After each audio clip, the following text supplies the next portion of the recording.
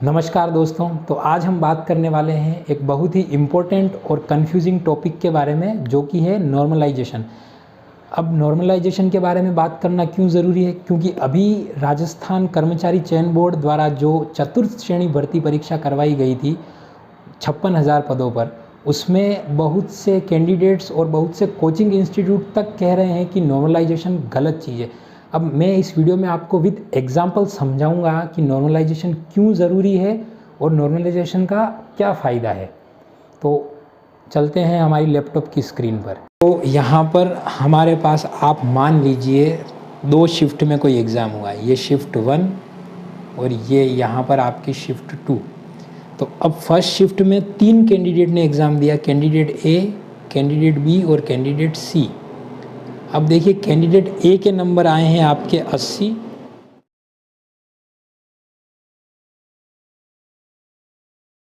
Candidate be आपका 78 marks लेके आया और कैंडिडेट डी सी आपका 76 मार्क्स लेके आया। तो सेम आपका शिफ्ट 2 में अगर 3 कैंडिडेट आप देखेंगे तो आपका डी, ई और एफ, ये 3 कैंडिडेट ने एग्ज़ाम दिया। यहाँ पर डी आपका 90 नंबर ले आया, ई आपका 88 और एफ आपका 86। तो अब सबसे पहले शिफ्ट 1 में, अब यहाँ पर हमारे पेपर के टोटल नंबर अपन 100 मान लेते हैं, जिसमें कोई नेगेटिव मार्किंग नहीं है और कोई क्वेश्चन डिलीट नहीं हुआ है।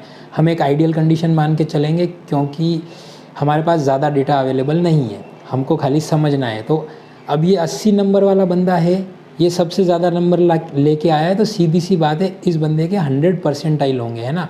ये परसेंटाइल है, ये परसेंटेज नहीं है, ये परसेंटाइल है। अब हम बी वाले कैंडिडेट के अगर परसेंटाइल निकालेंगे तो वो अपना 97.5 आएगा, और उसके बाद अगर आप 76 वाले के परसेंटाइल निकालोगे तो वो आपका 95 आ जाएगा।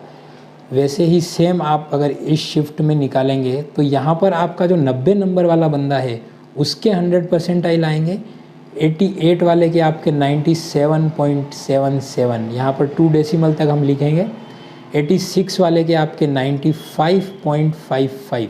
तो ये हमारे पास एक मोटा मोटा डेटा आ गया है। अब हम यहाँ पर नॉर्मलाइजेशन कैसे होगा वो चीज़ समझेंगे। तो ये डेटा, इसी को हम आगे लेके चलेंगे। तो सबसे पहले यहाँ पर हम एक टेबल बना लेते हैं, जो कि यहाँ पर हम कैंडिडेट का नाम लिख देते हैं, फिर उसके बाद उस बंदे का परसेंटाइल कितना होगा, उसके बाद अगर वो जो भी अपना कैंडिडेट है अगर वो शिफ्ट 1 में है तो उसका रो मार्क्स आ जाएगा शिफ्ट 1 का। अगर वो बंदा शिफ्ट 2 में है तो यहाँ पर उसका रो मार्क्स आ जाएगा शिफ्ट 2 का। तो यहाँ पर कैंडिडेट आप सबसे पहले हम एफ़, फिर ई, फिर आपका ए और डी, क्योंकि ए और डी का हमारा सेम परसेंटाइल है इसलिए हम इसको एक ही लाइन में लिखेंगे, और फिर यहाँ पर आपका कैंडिडेट बी और यहाँ आपका कैंडिडेट सी। तो अब हमारे एफ़ कैंडिडेट का परसेंटाइल अगर आप ऊपर देखेंगे, ये एक बार आप इसका स्क्रीनशॉट ले लीजिए या देख लीजिए, क्योंकि यही डेटा मैं नीचे वापस लिखने वाला हूँ। तो एफ़ कैंडिडेट का परसेंटाइल है हमारा 95.55, फिर ई कैंडिडेट का परसेंटाइल है 97.77। अब इस कैंडिडेट ए और डी दोनों का 100 है तो यहाँ 100 लिख दिया, और यहाँ 97.5 और यहाँ 95। अब हमारे पास कैंडिडेट ए जो था वो हमारा फर्स्ट शिफ्ट में था, तो यहाँ पर हम उसके नंबर लिख लेंगे, उसके नंबर थे 80। कैंडिडेट बी हमारा 78 मार्क्स लेके आया था और कैंडिडेट सी हमारा 76।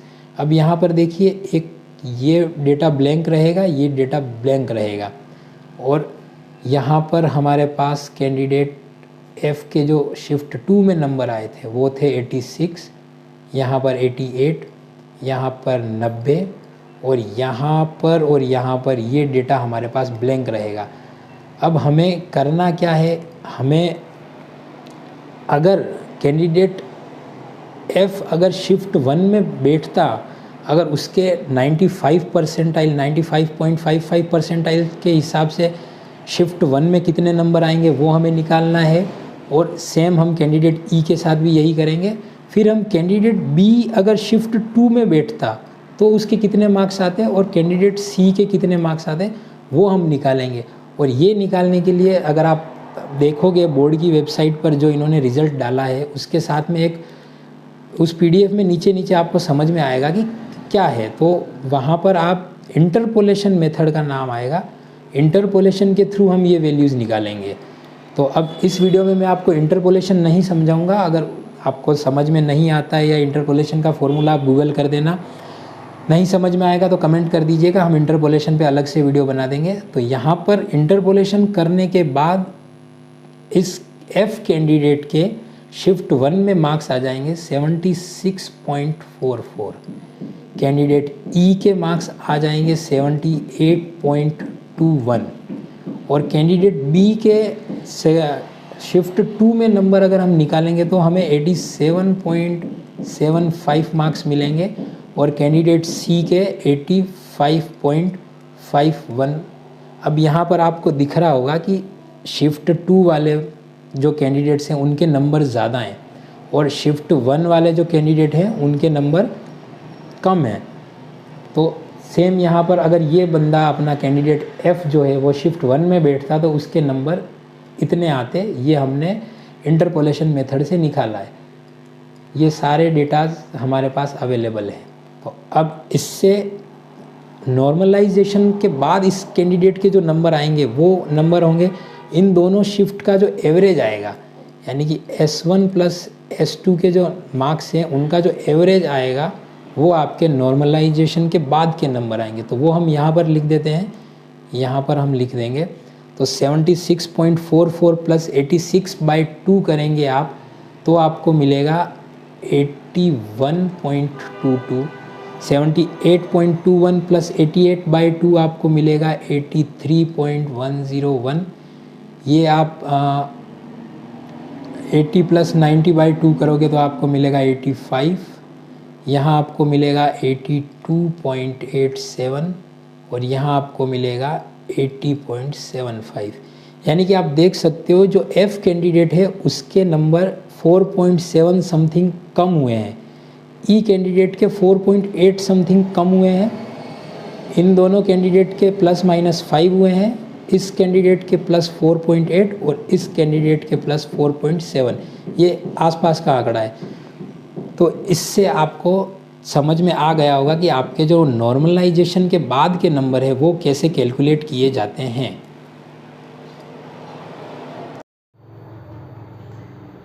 तो अभी अपन ने एग्जाम्पल से समझ लिया कि नॉर्मलाइजेशन कैसे होता है और क्यों होता है।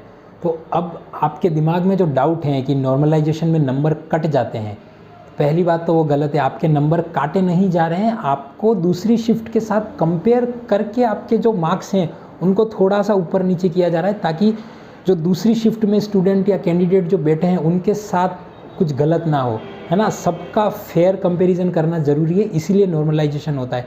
और दूसरी बात, जो लोग ये कह रहे हैं कि लक से सिलेक्शन हो जाता है, तो भैया देखो सीधी सी बात है, अगर आप क्वेश्चन करके ही नहीं आए हो, आपने क्वेश्चन उतने अटेम्प्ट ही नहीं करे, आपके नंबर ही नहीं आ रहे तो कैसे सिलेक्शन हो जाएगा। अगर आपके नॉर्मलाइजेशन में 1-2 नंबर से आप रह जाते हो तो वो अलग सीन है, वो कोई लक वाली बात नहीं है। ये टोटली एक मैथमेटिकल फॉर्मूला है जो हमने समझा। ये आपकी एग्ज़ाम में जितने भी कैंडिडेट बैठे हैं सबका डेटा लेकर कैलकुलेशन की जाती है, तो इसमें लक वाली कोई बात नहीं है। आपको क्या करना है, आप अपनी तैयारी पूरी रखो, आप जो पेपर देने जा रहे हो उसके क्वेश्चन अच्छे से अटेम्प्ट करो और मेन फोकस अपनी एक्यूरेसी पर रखो। आप अंधाधुंध कि भाई 50 अटेम्प्ट कर लेता हूँ, 100 के 100 अटेम्प्ट कर लेता हूँ, 90% क्वेश्चन ही अटेम्प्ट कर लेता हूँ, देखी जाएगी, नेगेटिव मार्किंग देखी जाएगी, तो वैसे सिलेक्शन नहीं होगा। आपको फोकस करना है आपकी एक्यूरेसी पे, उससे आपका सिलेक्शन होने के चांस ज़्यादा हैं। और लास्ट में यही कहूँगा कि आप अपनी मेहनत पूरी कीजिए, नॉर्मलाइजेशन को दोष देने की ज़रूरत नहीं है, क्योंकि नॉर्मलाइजेशन राजस्थान बोर्ड की तरफ से या कर्मचारी चयन बोर्ड की तरफ से नहीं है, ये एक साइंटिफिक मेथड है। अगर आपको इस वीडियो में कोई भी डाउट है या कुछ भी समझ में नहीं आया है तो कमेंट सेक्शन में बता दीजिए, आपको समझा दिया जाएगा। धन्यवाद।